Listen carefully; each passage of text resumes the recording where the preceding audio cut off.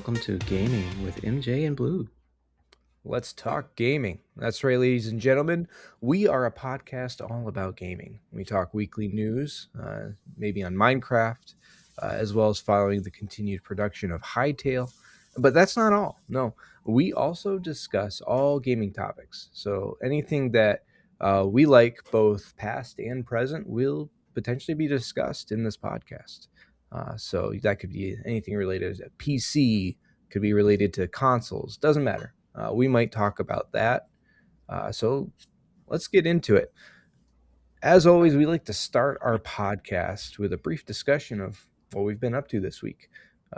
Usually it's gaming related, but maybe there'll be something else that gets thrown in there once in a while. But MJ, let's start with you, my friend. What have you been doing in gaming this week? I pulled the trigger on a game on Steam and I bought Odd Realm. It's been around a while. It's not new. It's kind of a RimWorld clone sort of thing, but it kind of has its own take on things. So I thought I'd give it a try, and I found that it has kind of a similar learning curve to RimWorld. If you've played RimWorld, you know that it's not the easiest pickup, right? But Odd Realm kind of has that problem too, but it's also different. So some of the skills you're bringing from RimWorld, if you've played a lot, will apply, but not all. So it's kind of got its own learning curve. So check back with me later if you want, but I may have more to say about it. But so far, it's been kind of a little bit of a learning curve. Other than that, I've been doing a little bit of AI research. I know our work, my work, when AI came out, they told us to research where it could be integrated. They're not forcing us to do it. They just said, look at it, see if it helps any, and then we're going to kind of talk about it sometime at some point. So I have been kind of researching some models and such. So I do that frequently. I'll look at some new model and play with it for a little bit. Nice. This week has been kind of Claude. So if you've heard of Claude, that's what I've been doing. Plus, I've been doing a little bit of writing. So Okay. I feel like I've heard a lot about, what was it, Claude Code? Like, is it a really good coding AI? Yeah, that's where it gets its first draw, I guess, of most people looking into it. Is, hey, you want to write some code? Well, Claude will help. It's got sort of a co-work type pay system where that's kind of their first tier. If you want to start paying for your AI, is co-work. Hey, let's co-work. Let's have it be your assistant and make things up for you. And so it's the code thing kind of is married to that a little bit, but it can also, write a function for you if you need or something like that. Yeah, and I was just looking at, I was looking at Odd Realm too when you brought it up. It does remind me a little bit of RimWorld. I never played RimWorld, but I've seen gameplay of it, and a buddy of mine has it. It looks kind of like, they're all low res pixelated games, but this one looks even a little bit lower res than RimWorld, in my opinion. Like, RimWorld might have a bit more detail in the artwork. Definitely, yeah. Yeah, that's just my overall first impressions of it. But yeah, things like that don't scare me too much because I know that a lot of these games, they start to drag when you're like a year into the, a in-game year, and you've got lots of stuff going on. RimWorld will eventually just start crawling. So I look at that as maybe that's going to help later. Like once you're a year into a game and you're really getting your characters and you really know them, you've got things like really progressive, yeah, maybe it'll help. well, maybe. Very cool. Did you have anything else that you did this week, or was that it? No, that's it. How about you? So for me, actually, last night specifically, we ended up buying a game that's been around for a little bit now. It's been a fairly popular game, but we had never played it before. But a buddy of ours asked us if we would play it. So, and that game is called Peak. So Peak is actually, it's a lot of fun. You can play with up to 4 people, and your whole goal is you're climbing up these various obstacles, trying to get to the peak of the world or whatever it is. And they have various biomes that are basically different sections of the map. and I don't know exactly how far. We only really were able to complete 2 biomes, and then it got a little late. We couldn't go any further because we needed to go to bed. But it was actually a lot of fun. We enjoyed it a lot. It was kind of interesting trying to navigate the terrain in order to make it. So that was fun. We enjoyed that a lot. Good multiplayer setting with that. Um, Other than that, though, this week I have been mostly trying to work on learning how to make a game. So if you remember last week, we were talking a little bit about the RPG Maker engine. The RPG Maker engine was something that I've always really enjoyed and liked. It has so many really cool potential game related things. However, as I was really trying to get a certain system that I wanted to work in the RPG Maker engine, I found out that it most likely isn't possible because of limitations within that engine for what I personally wanted to do. It was a little sad for that, just because I did enjoy the navigation of all the features. But after doing some research, it was one of the recommendations I saw was Godot, which MJ, you were talking about yourself. You were saying how you are playing around with Godot. So I am now switching gears and going into that. And of course, I am using AI to help me code. Um, but my goal is to have AI teach me how to code. So I think I mentioned that last week. So I haven't gotten very far yet. Right now, I want to try to get a couple of the player models in the game. I'm not going to do all the artwork right now, but if I can get 2 working player models as basically just placeholders while I'm for testing purposes, that's my goal. And it's going to be an interesting hybrid system. So the game I have envisioned is a 2.5D game. For those that aren't sure what that means, think of a game like Octopath Traveler. So you have 2D sprites in a 3D world, but it's that classic RPG style game, that top down at an angle. Um, there are certain characters, I guess you could say, in the game that will actually be 3D. So there's going to be a mashup between people being 2D sprites and certain specific types of characters being 3D. But I don't want to give too much away because if this really works out, I want it to be more of a surprise. But I am also, while I'm doing this, I'm working on putting together a trailer just so I can kind of showcase the story and the idea, or at least the background story. So, sorry, a little bit long, but that's I've been plugging along at that, trying to figure all that out, which has been kind of fun. As far as the code part of Godot, are you picking the built-in code called GDScript, or are you gonna do the other types of code that's supported? I think it's C sharp. Mm-hmm. Right Which one? now, I'm just sticking to the internal system. I'm not sure. I haven't gotten very far, so if you have a recommendation, I'm always up for it, of making an adjustment. But I figured if that's what the engine runs off of, maybe it's probably the better one to utilize for that engine. I'm not sure, but um, they say GD script is very similar to Python, I think, It or is. something like that. Yeah. Um, Yep. so I mean, I'm Yeah. not a coder. If you learn GDScript, you'll probably pick up Python pretty quick. Yeah. That's what I understood as well. Oh, sounds like we have a kitty cat in the background. Yeah. He's found something to bring to me. That's his. Ah, I can't tell what he's brought me. What did you bring me, buddy? He cats are brings me fun stuff. that way, right? This one brings me stuff. The other ones don't bring me stuff. He does. That's funny. But yeah, so good good on you for learning to code and all that. That's not Trying. easy, right? No. C sharp. If you did the C sharp route, that would lead you more into other types of coding. Like you could take that exact coding what you're learning with C sharp, you could carry it over to building an app like into Apple's framework, like building an app in something. Hmm. GDScript is not that way, but GDScript is a lot like Python, which of course Python is kind of a webby type of coding code base. Not that it can't do other things, but I use it a lot in work because I do a lot of scripting with Linux. Hmm. So it just And depends on is what's your Linux more flavor. Python, or It good GDScript is much like Python.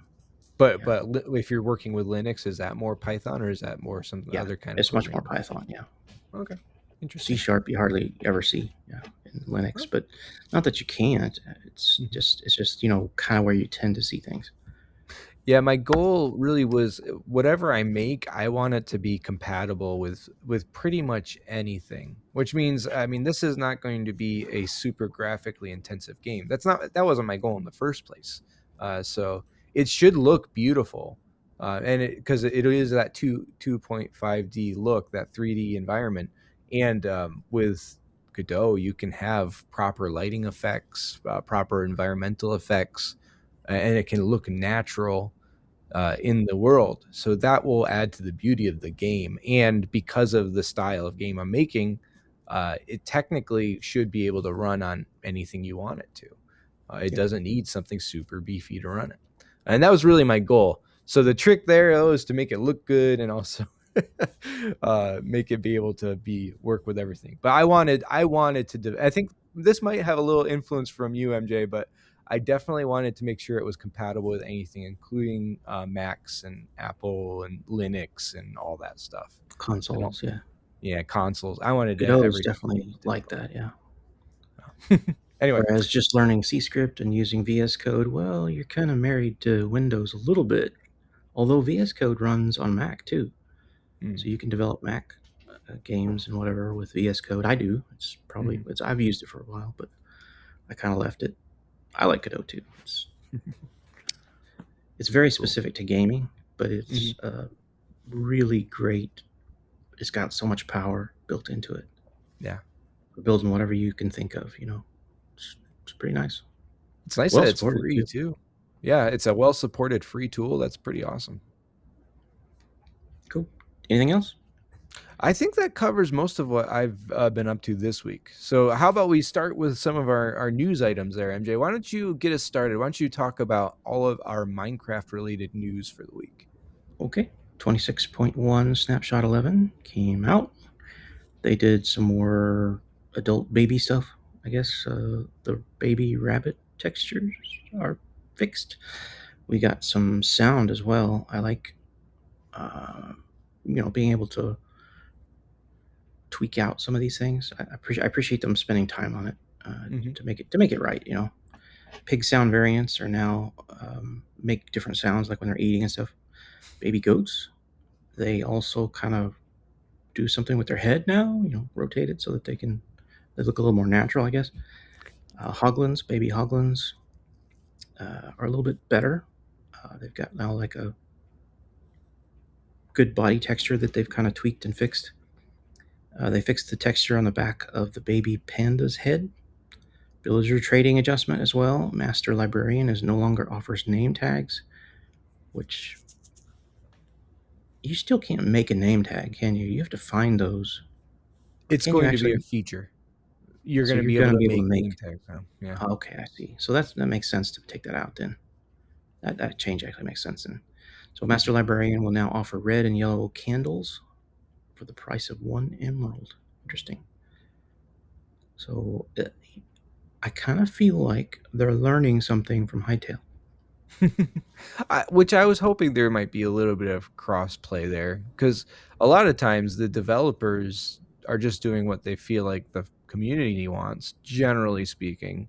But when you have a game like Hytale, which has a lot of similarities come out, and they're starting to see different angles on things that people really enjoy, like, oh, I guess if those are features that people are really happy with, really enjoying, maybe we need to start implementing some of these. So that's always a good thing.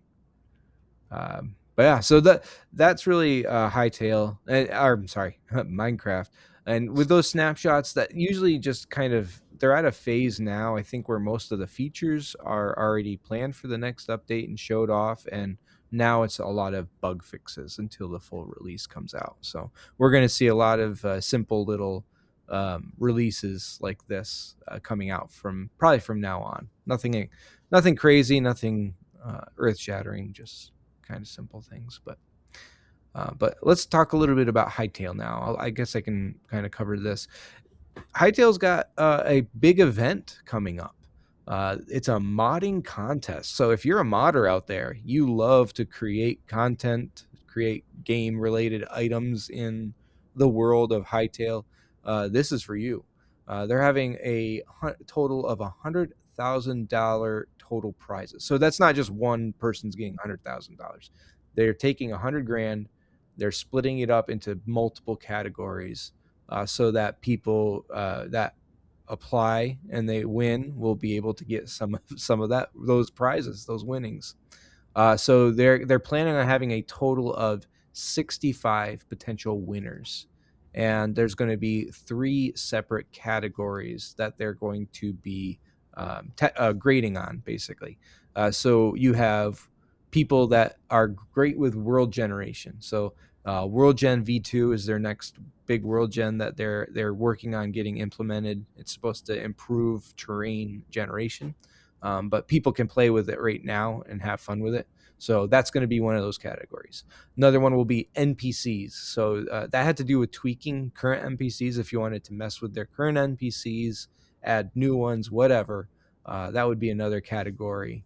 And finally, just experiences. So what I was reading was talking about potentially mini games that you can think of, like your Bed Wars style games in Minecraft, and other various related mini games, or different kinds of, again, experiences that you could relate into the game. So those would be the 3 main categories. I didn't see a specific start date when I was looking this up. So I don't know exactly when it's going to start, and I don't know exactly when it's going to end. But we have that to look forward to. Should be fun. Another just quick note on Hytale: they don't have anything being released right now, but I did see that in their next upcoming release, they are actually going to be adding proximity voice chat to the game. So that's kind of exciting. That's been somewhat new in the modding community for Minecraft, maybe the last few years now. It's been very popular, though, being able to run around and then see a friend and just have a chat with them in game without having to go into a separate application and open up a voice chat and try to start a conversation with them. It made it feel more natural to have a conversation with friends. So that's going to be kind of exciting. I did see that it's going to be off by default, so you're not just going to automatically go in to a game and it's automatically on. Yeah, I think once you go into your game, you have to make sure that that setting is turned on. I don't know if that's persistent, like once you've turned it on, it stays on every time you log into that world. I imagine it probably is, but just keep in mind, if you're wondering why it's not working, make sure you turn that setting on once this release comes out. So that was kind of cool, kind of fun to see all these different things. It's kind of good to see, I guess. So Hytale's making some money because it's $20 basically for everybody that comes in, and a lot of people are playing it. Mm-hmm. So they've got some cash flow, a little bit, right? Mm-hmm. So they're taking this cash flow and then turning it into prizes to encourage modding, right? So I guess that's kind of a good plan, because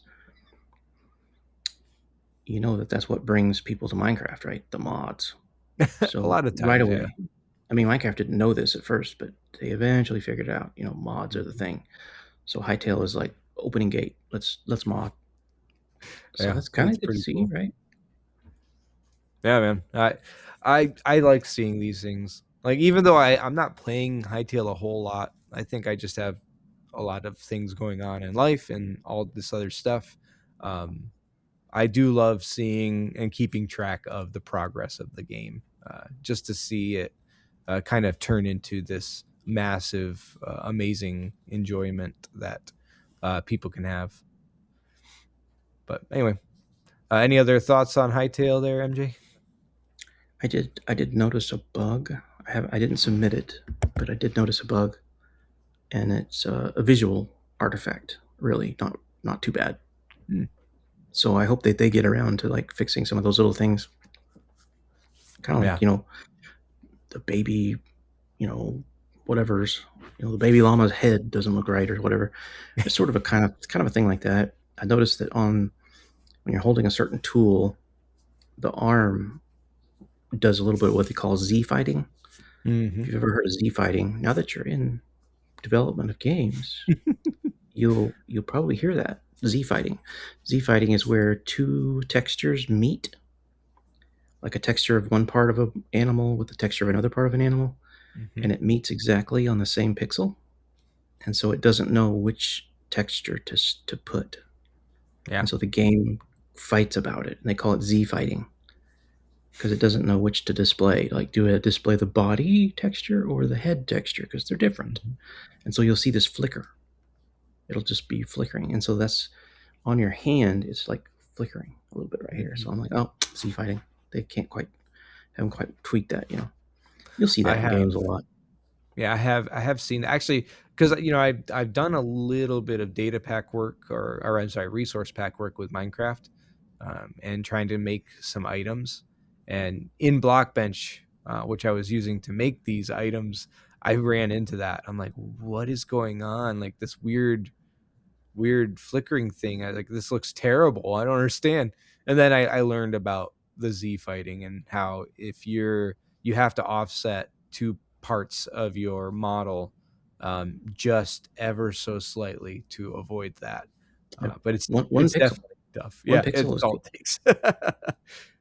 And it's almost imperceptible too. So that one little pixel adjustment, and you almost can't even tell that there's a slight separation there. So um, right. if people are worried about that, it's like, oh, but then it's not going to look unified. It's okay. It doesn't need to be perfect. I think you'd have to get into full on 3D modeling with almost like that clay style modeling in order to avoid stuff like that, at least in a general sense.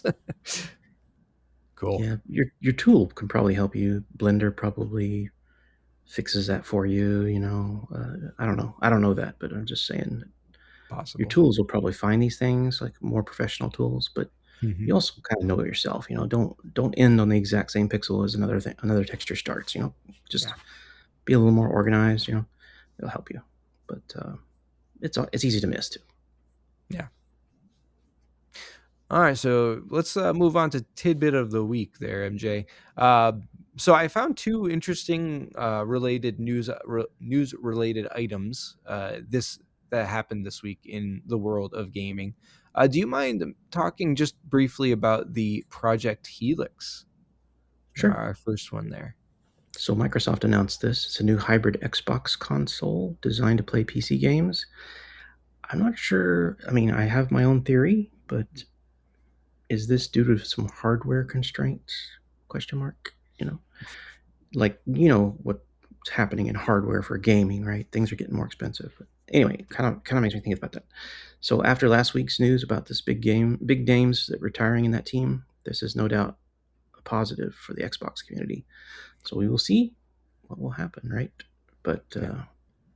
I don't know about you, but it feels like how there's the cost of memory is going up, the cost of video Hmm. cards are going up, things like that. So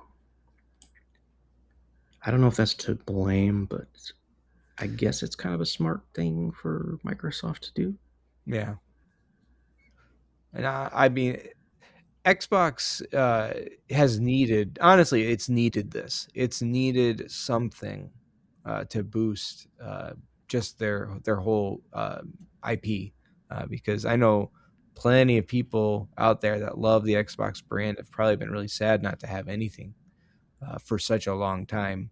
I'm sure the hardcore Xbox fans out there have not been happy with just this mobile cloud related stuff. Like they want what they've always loved, and that's having their own console systems with their own games that they can get. I So wondered if it was an answer to the Steam Deck too, you know, because the Steam Deck is basically the same thing. It's like, hey, Mm-hmm. let's constrain hardware Yeah. just to what you need, you know, Mm-hmm. so it gets cheaper and more people can play, right? Yeah. Either way, I think it's overall a positive for gamers. Yeah. And I do remember they Xbox teamed up with one of those handheld companies to make an Xbox version of one of those handheld systems. But it was ridiculously expensive. Like you're talking over $1,000.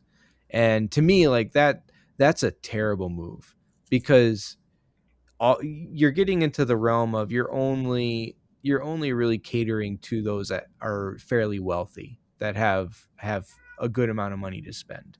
um, and I feel like most companies are going that route. They're caring less and less of the common consumer, and they're focusing more and more on those that have tons of money that they can just throw at them, which is what they really want. So it's becoming less and less customer focused. And I think that was a lot of these big handhelds have done that. Valve was making the Steam Deck was amazing. Like honestly, I think that for $500 roughly price range is a reasonable price for a nice system, especially one like that is mobile. I will say I have ever since they came out, I have wanted a Steam Deck. Even though these other systems came out that are more powerful, more people are excited about that. Maybe the screen's a little bit better. All these different things.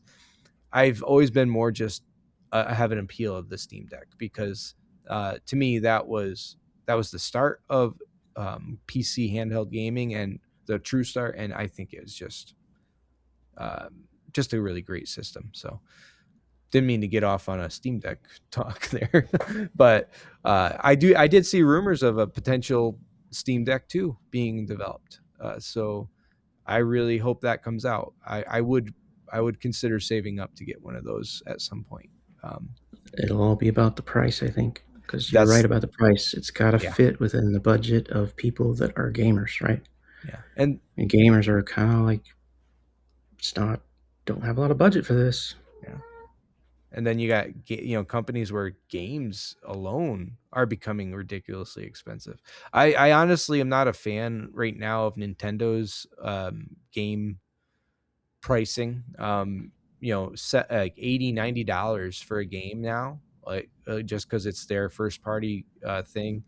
um I think is terrible. Like, but that's and it's not just them, but it's just Boo. showing a true lack of caring about the customer base. And that's the sad part. But All anyway, gamers for gamers. yeah, it's just it's tough. I appreciate indie devs more and more these days because they're still gamers at heart and they actually care about the customers. Yes, they want to make a profit, but not at the cost of hurting the fan base. And I'm sure not every indie developer is like that. They're just in it for a quick buck. But I think generally speaking, that to me is really where things are these days. I'm not a fan of those AAA first party games anymore because of it, which is sad. Because they are good. They are good. I mean, I think they'll always be around. oh yeah. All right. So we had just one more quick tidbit of the week. This one was something sad to me because it is in relation to Sony and PlayStation.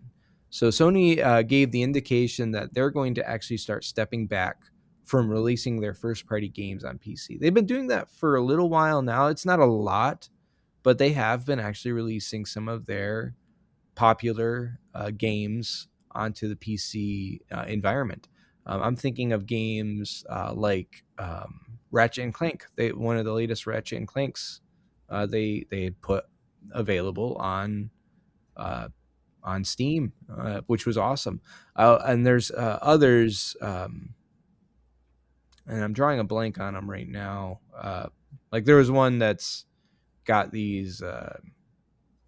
It was about the lady with the robotic animals or whatever that are running around the world. Oh, Horizon Zero Dawn, I think, or something like that. Anyway, they added those too. Another super popular for PlayStation game. And technically, I think No Man's Sky could fall under that category because they were originally only PlayStation, but they made. I know it wasn't really PlayStation, but Hello Games that got the ability to do that. But anyway, these are just different options that have come up over the years. But now, sadly, Sony's going back on that. Now, it's sad to me because as someone who grew up playing PlayStation and really enjoying some of their mainline games, um, you're limiting another customer base there. For people like me, I stopped playing on PlayStation because the types of games they were coming out became less and less what I was interested in. For the most part, it seemed like they were just all coming out with nothing but first person shooters. And I don't really care for first person shooters. So to me, that made the PlayStation a less and less appealing buy, in my opinion. And that's why I stopped buying them. And I kind of went to PC gaming because you can get just about anything. Um, so that's why I don't really play on PlayStation anymore. Um, and I know they have a lot of other games. I know it's not all that, but when it felt like that was the priority, was those style games, and that's not something I'm interested in. It just didn't make sense spending $500, $600, $700 on a system that I would be barely using. So anyway, yeah, those are just some news related items I saw this week that I thought we could mention a little bit and kind of keep people up on. My brain for those kind of news stories always goes to what are they trying to get out of it? Because it's corporate, right? Mm-hmm. And so my thinking is they want it's kind of like almost like a Netflix type of thing, kind of like how movies work. Movies come out, they want to spend some time in the movie theater, right? And then they'll slowly come out in a form where you can buy the DVD, and then later they'll start syndication across television stations or other media outlets like Netflix or whatever, Hulu, or somebody buys them up. So to me, it's the same track. It's like we want to make money from our games on our own platform first. Let us get as much as we can out of it, Mm-hmm. and then we'll let you have it. Yeah. So maybe that's just my conspiracy theory knucklehead version of what I think, but that's kind of where my brain goes, is how is this corporation trying to get money out of me? Mm-hmm. Oh, they wouldn't do that.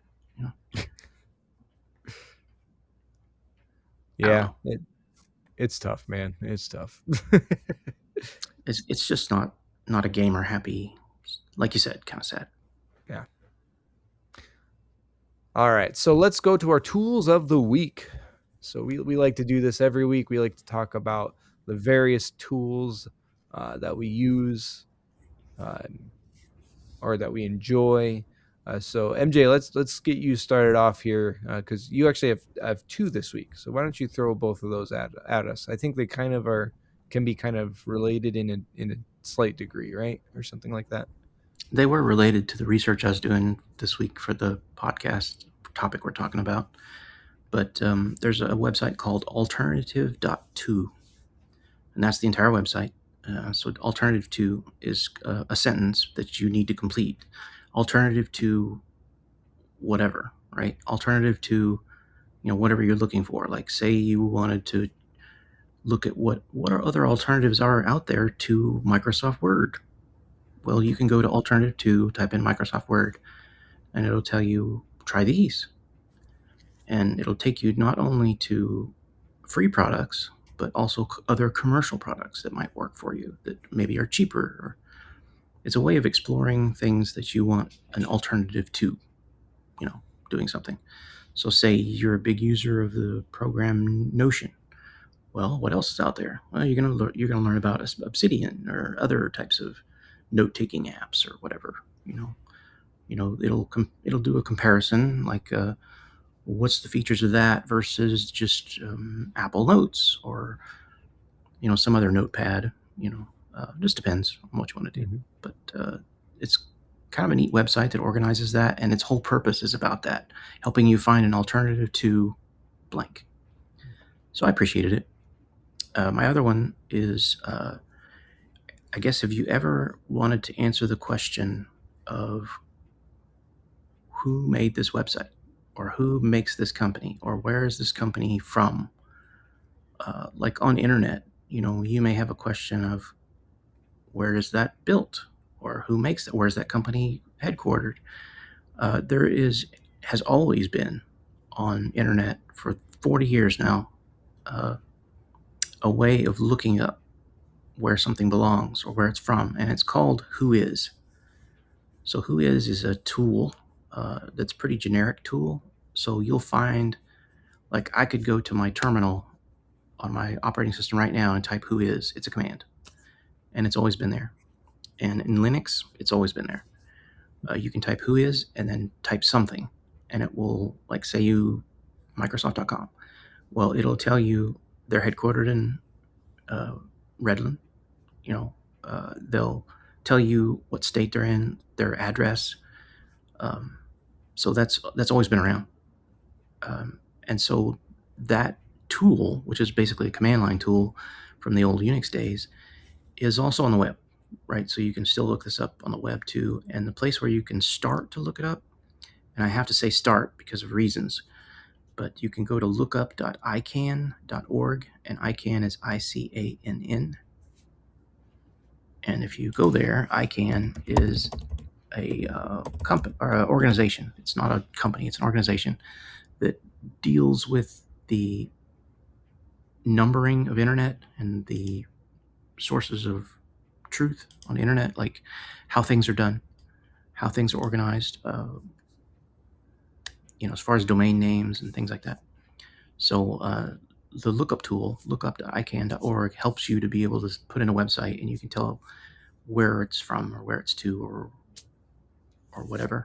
And I will get to those two products, those two things that I mentioned, when we get to our main topic and how it helped me, how these two websites helped me. And I've used these two a lot in my research of doing cybersecurity. Nice. And just, I don't know if you mentioned it, I don't remember hearing it, but the first one, alternative.to, is the alternative to website. So yeah, that's the specific one that MJ was talking about in the beginning. Yeah, so that I guess you'll touch on that a bit more when we get to our primary topic. And for my tool of the week, it's going to be art related again, and we're going to talk just very briefly about Aseprite. So Aseprite is a program that is designed on pixel related artwork. So I'd say a fair amount, if not most, like game developers will use Aseprite if they're doing pixel art. And it's a very robust system. It has capabilities for doing animation. It has all of your usual day-to-day options for artwork related stuff. So you got your pencil tool, you got your paint bucket tool, you got all those little tools that are common in art programs today are all available in this as well. So it's fairly easy to create sprite sheets, which is what you use when you're putting characters made out of the pixel art into games, because that's what programs will read, is they'll actually read a sprite sheet. So Aseprite has that kind of built into it. People make plugins for it too. I haven't dived too much into the plugins, but there's a lot of plugins that you can utilize with Aseprite to take it that one step further. So it's a great program. I've messed with it a little bit here and there. I'm gonna potentially be messing with it quite a bit more in the future, which I'm excited about. But to go along with that, Aseprite is not available on like tablets. Now that's a little sad to me, because for me, sometimes I like to just sit on the couch with my wife. Maybe we have something on the TV, but maybe I'll want to do a little bit of pixel art or work on things.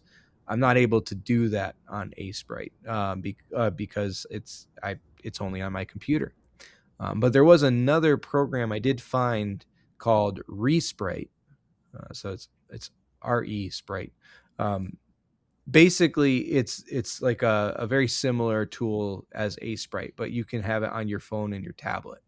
And it actually has ways to export it into an Aseprite file. So it's easy to export it, put it on your computer, and then you have the same thing you've been working on your iPad thrown right on your Aseprite on your computer. So Aseprite, your workflows might differ. Maybe you have more of a workflow on your computer. Most people do because of all the keys, keybinds, all that. Make things work a lot better. So you might do the initial like artwork on your tablet, but then you'd want to maybe use the computer to finish things off. So it's a really cool tool. Though I just brought those both up because they kind of go hand in hand in my mind for those that want to do pixel art, both mobile, on the go, and also more production on your computer. So have you used Aseprite much at all? Oh yeah, quite a bit. Yeah. I don't know what my Steam page says because it's on Steam, but I know that I've been using it quite a bit. It's, to me, I like the command type of like, you get real used to the, like you were talking about, the workflow where you're like real easily you can get used to the keybinds, and so you can get faster and faster as you go through like putting together the animations and like copying and pasting and whatever else. You can get real good and like real fast at that if you take advantage of the keybinds. So you'll get good at it if you learn it, and that's been one of the good selling points to it as well. Plus, a lot of people are familiar with it, so there's a lot of support. Yeah, it's great tool. I do like that we had this tools of the week because it is kind of nice talking about these different things that just help with everyday production, everyday things. Hopefully we'll be able to keep coming up with more and more or maybe who knows, maybe we'll have to readdress some other things. Maybe we'll talk about some of our tools from the past and just kind of do more of a deep dive into them, which is always a possibility. Yeah, sometimes it's a little hard to find the tool of the week, right? Like, what do I use? But then again, I start searching, or do a little bit of searching, and I'm like, I'll find 5 pretty quick. That's cool. And sometimes they're just little stupid things or silly or whatever. So it's not really a tool, but just kind of a distraction, I guess. So maybe we'll have to say not tool, but tool plus. Sure. Yeah, we can do that. And that, of course, that it does involve websites, it involves programs, and it involves mods. So honestly, even if you're just getting into that mod category, there's so many different mods out there for different things. So, right, like how many different mods we use? My goodness. Yeah, it wouldn't be. We would probably be set for a while with this current format with the tools of the week. But yeah, who knows what we might add in the future with it. I think so. Okay. All right. So just so we can keep moving forward, let's get into our primary topic of the week. So this is a good one. It's not specifically game related or a specific game related, but it is something that is utilized heavily with gamers these days. And that is the program known as Discord. So for anybody who maybe has kept track of the news as of late, we have had a mass amount of people leaving the platform. So MJ, do you mind filling our listeners in on the reasons for this? They're varied and many, but you could go back at least a year, if not further, and you could go back to all the hacks that have been happening, right? So just a little bit of history. You can go back to like 2025. Let's just focus there forward, right? There are several in 2025 where Discord got hacked, right? And it's almost always third-party customers and vendors and services that were hooked up to it. And it happened again, right? So I don't know if you're a big player of Arc Raiders, but apparently that has been kind of the latest. So what happened there? And there's a lot of back and forth about it, honestly. Some people are blaming Arc Raiders, some people are blaming Discord, but the thing is it's both of them, because Arc Raiders introduced the problem, right? They're the ones that got hacked. Mm-hmm. But if you look at the service agreement between Discord and Arc Raiders, Arc Raiders is violating the terms that Discord laid out, and Discord did nothing. Okay. So it's almost like going to the Apple Store and looking through their little terms at the bottom of it. It always tells you, here is the data that they're collecting from you. Well, what if that was wrong? What if the company lied to Apple? What would Apple do? Well, you're banned for a while. Like, until you fix this problem, you're not allowed on Apple. And that is serious, because that's lost income, you know? So if you're building an app and you say, hey, I'm not going to use user data, and then you're actually stealing it, you're actually taking the contact and going through the contacts folder or whatever and pulling it down, you will get punished. And the punishment's pretty serious. And so you will have like a month of you're not selling anything, and nobody's able to download your program for a solid month until you've proven you can fix these things, depending on the degree of, the problem. But with Discord, apparently there's nothing. There's nothing. Like, you can take advantage of us. It's okay. You just say you're sorry. So there's both of them are at fault, right? And another thing is, like, how did Discord not notice this? Yeah. Because Arc temporarily got access to everyone that hooked those two things together, got all of those people's private messages. Mm-hmm. So I don't know if you play Arc. Nope. But if you don't play Arc and I don't play Arc, then we don't have a problem. But if any one of us played Arc and hooked those two together, that person now leaked our private messages to and from that person to the hackers. So that's pretty serious. I mean, it's bad. But that was only the most recent. We can go back further. There's a lot of problems. Like, there's been some major losses of private information that Discord has done. So we can start there and say, hey, Discord's got some problems. But now we have a new big thing. And this is the reason for probably the most important reason for the mass exodus now, which is we don't talk too much about government and politics in this podcast, but we've basically got a problem with some legislation that happened. And the reason for this legislation is they're trying to keep children safe, right? It's all about the children. What about the children? So you have to declare your age.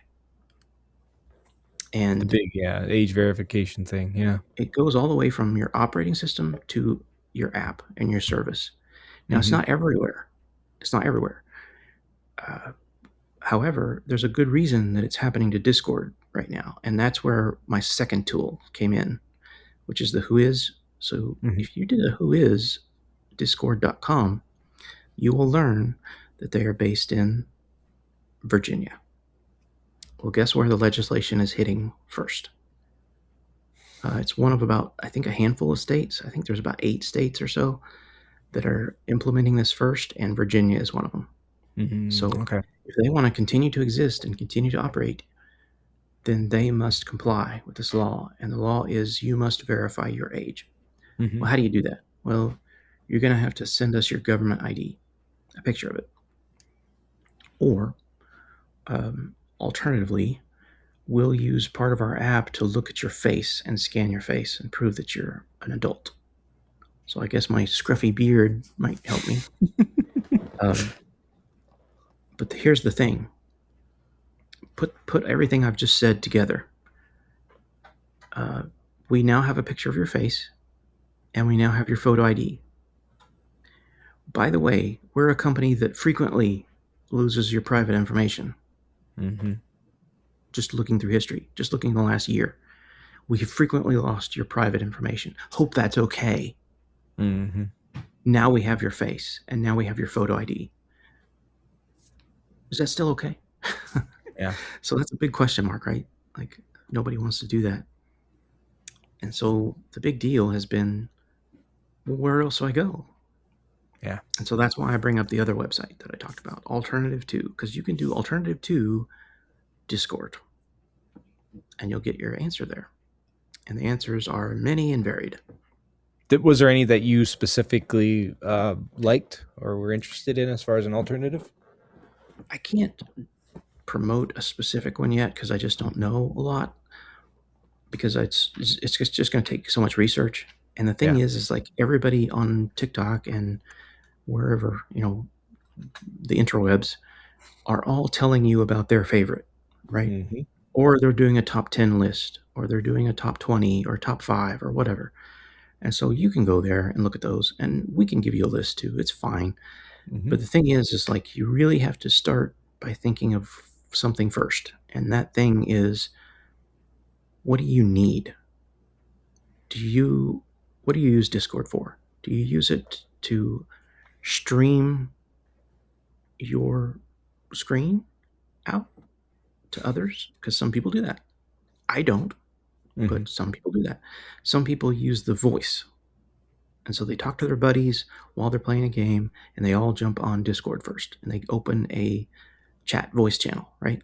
And that's where they do it. Okay, well, I don't do that, but maybe you do, And so the other thing is, well, I just chat. Okay, but you don't just chat, do you? You've already gotten kind of hooked on all those other features that Discord does for you, right? Mm-hmm. Like the games, the bots, all this other stuff that you've added to Discord, right? And the fact that, where are all your friends? Mm-hmm. On Discord. So we're going to have a hard time here, because that's the big thing. That's kind of one of the biggest things people are going to go ahead and just do it. They're going to go ahead and put their face on Discord, and they're going to go ahead and send in their ID, because that's where all their friends are. Yeah. The thing is there's plenty of alternatives, but I really feel like people are just going to do it because that's the way people are. You're probably right. However, I'm going to suggest, so instead of me suggesting a recommendation of a particular one, you just need to go back and think about what you use and what you primarily use, and try to get your friends on that, right? Mm-hmm. So look through those lists of Alternative 2 and say, which one has a feature that I need? The 2 or 3 top features that you need. Mm-hmm. If you just need bots and voice chat, okay, just look for those. You don't care about, taking your screen and broadcasting it. I mean, it could be that something that's old is now new. Yeah. Because you may go back to Mumble. Remember those days? I remember. I never use it, but yeah, I've heard of Mumble. I mean, back in the days, we used to use Skype. Yeah. Which Skype was not days, for gaming, right? It was very resource intensive, right? But we still did it because we needed to chat. Well, that doesn't exist anymore. But Mumble's still there. Mm-hmm. And there's another one, TeamSpeak. Yeah. You remember TeamSpeak? Oh yeah. TeamSpeak is still there, and they're growing now. Yeah, and that was actually kind of funny to me. So I did look up a little bit about the Discord issues, and it one of the things that pops up is where people are going when they're leaving Discord, and TeamSpeak was one of the top choices. And when I saw that, I was confused. I'm like, TeamSpeak? I used that so many years ago. Like, it was okay, but it wasn't anything crazy. The interface was really clunky and not that fun to use from what I remember. And then I just looked it up, and they have restructured it, and they're trying to make it, I mean, it has a lot of similar capabilities to Discord. I don't know about the bots, but this isn't a recommendation, by the way, but I was just kind of shocked. Like, I'm like, oh, TeamSpeak is still a thing, and they've actually done a lot to improve their whole system. Um, and they, of course, everybody says things, but I think they're trying to probably capitalize on the Discord issues too, by emphasizing their security protocols and all that, and also how good their voice chat quality is. So, yeah, I Yeah. thought that was just interesting. Like, oh, okay, TeamSpeak still a thing. All right, If you're serious and you really just need chat with your friends, you could use Steam. that's true. Steam has that feature, doesn't it? It does. Now, there's something I would be careful about and a caution, almost an anti-recommendation, because a lot of people brought up Gilded, and if you look at Gilded, Gildan is now owned by Roblox. Roblox had their own issues. I don't They know. have their own issues, and we could make a whole show about that, right? I've So never I don't think I've ever played. I think I saw my niece playing it once. I don't really have any interest in it. I know it's super popular, but they've had a I don't know. lot of problems lately with legal issues, and we could get into that later too. But um, don't go that way. So it's almost an anti-recommendation for Gilded, right? We won't There's plenty of recommend others. something, but we may Plenty of not others. recommend something. Now, just to list out some of the top things, is there's things like called Matrix, there's Root, there's Fluxer, there's Cine, there's Element, which I think Cine and Element are based on Matrix, but Hmm. so there's some relationship there. I already talked about Fluxer, but there's also Stoat, Stoat. Hmm. There's also one called Element, and there's another one called Vencore, something. I may have had that wrong. Vencore something. I don't know. So there's plenty out there, but again you have to go back to that principle I said, where you have to talk about what do you exactly do need, right? Hmm. And another problem with that is, can you get your friends to come over? Yeah, that's the big thing. Yeah. So Yeah. honestly, it would have to be a system that is uh, somewhat easy to actually download, and it'd probably have to be multi-use case. Like it can't just be live only in your computer. You'd have to have something that lives in your phone as well, Right. so that you can have that integration. Because I think that having the ability to do it mobile is also an important feature for a lot of people in when they're looking for this type of tool to use, this type of chat Yeah. system. It all goes back to what you really need. Like, Yeah. do I really need on my mobile? Well, Yeah. yeah. Could I deal with just a website that was maybe mobile friendly? That's not so Maybe nice. not as Um, good, yeah. and if it's just purely chat, well, what about WhatsApp, right? What Mhm. about Signal? Um, you know, Apple users, we just use Message because it works on our MacBooks, right?